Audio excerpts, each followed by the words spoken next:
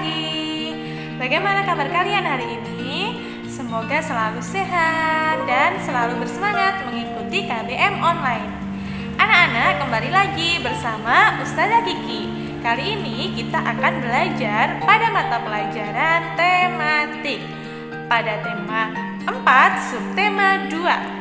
Nah, kali ini kita akan belajar pada muatan matematika dan SPDP. Untuk yang pertama, kita akan mulai dari muatan matematika.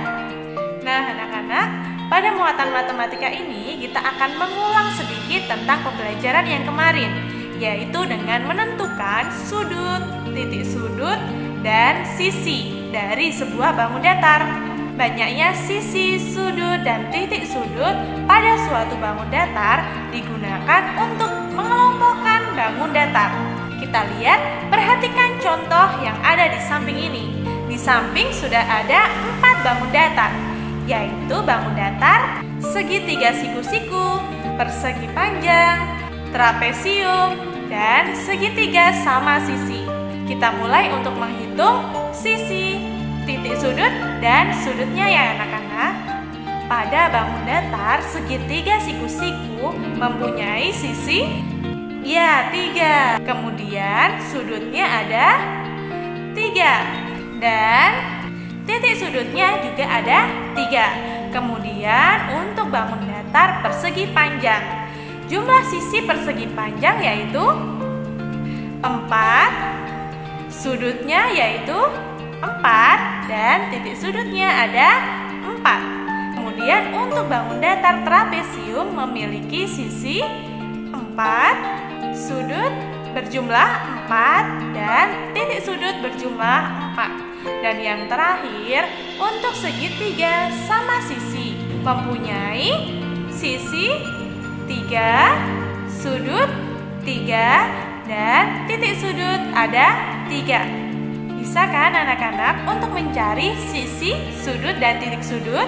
Nah, berdasarkan bangun datar yang ada di samping, kita bisa mengelompokkan bangun datar tersebut berdasarkan kelompok bangun datar yang memiliki sisi yang sama.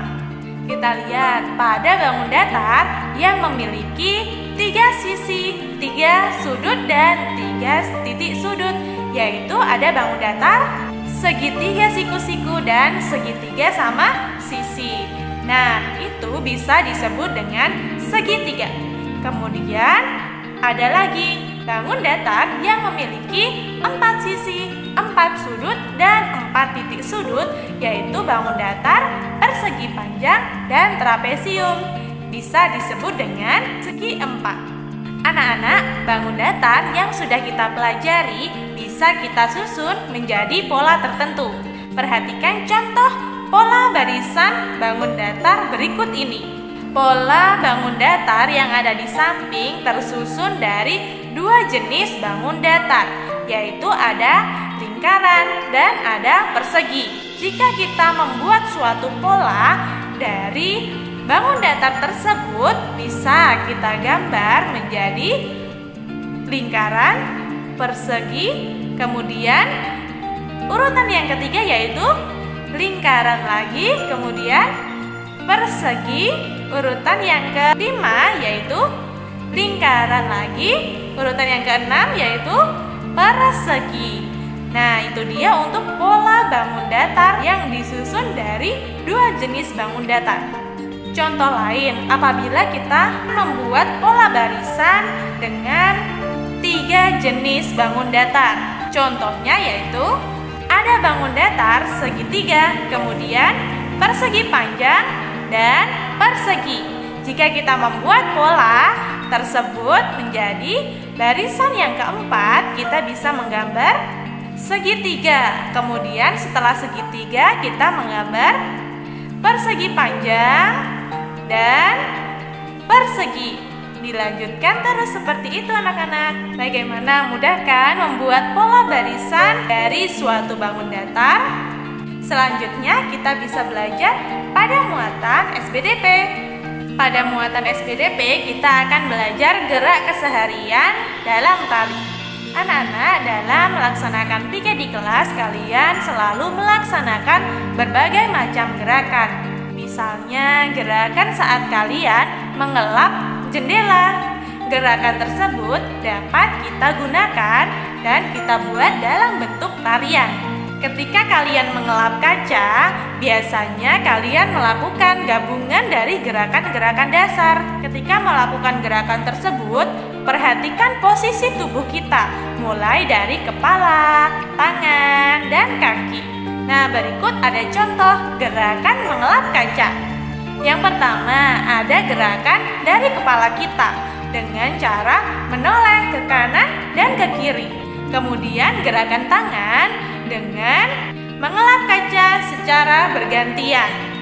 Dan yang terakhir ada gerakan kaki dengan cara melangkah secara bergantian ke kanan dan ke kiri. Nah, kalian bisa peragakan ya anak-anak di rumah gerakan mengelap kaca jendela.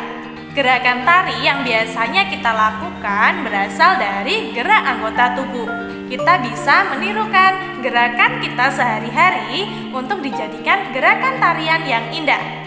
Nah, dalam melaksanakan gerakan tarian, kita dapat diiringi oleh sebuah alat musik atau benda-benda di sekitar kita.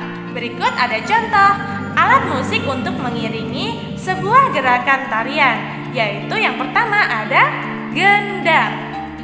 Kemudian juga ada tamborin, ada juga triangle, ada maracas. Bahkan kita juga bisa menggunakan sapu lidi yang kita tepukkan dan bisa menggunakan botol plastik, ember plastik, atau juga bisa menggunakan pulpen maupun pensil. Itu beberapa alat musik yang bisa kita gunakan untuk mengiringi sebuah tarian. Jadi ketika tidak ada alat musik, kalian bisa menggunakan benda-benda di sekitar kalian untuk mengiringi tarian. Jadi tarian akan lebih indah jika kita iringi dengan alat musik atau benda-benda di sekitar kita. Selain itu, kita juga dapat melakukan gerakan tarian dengan memperhatikan pola lantai. Pola lantai adalah pola atau garis yang dilewati oleh penari. Nah, pola lantai ada contohnya anak-anak seperti berikut ini. Ada pola lantai horizontal dengan berjajar ke samping. Kemudian ada pola lantai vertikal dengan berjajar di depannya. Dan ada juga pola lantai membentuk huruf V. Itu pola lantai yang bisa kita gunakan ketika kita akan melakukan sebuah tarian secara berkelompok. Demikian anak-anak pembelajaran muatan matematika dan SBDP hari ini. Semoga bermanfaat untuk kalian. Sampai bertemu pada pembelajaran mendatang. Wassalamualaikum warahmatullahi wabarakatuh.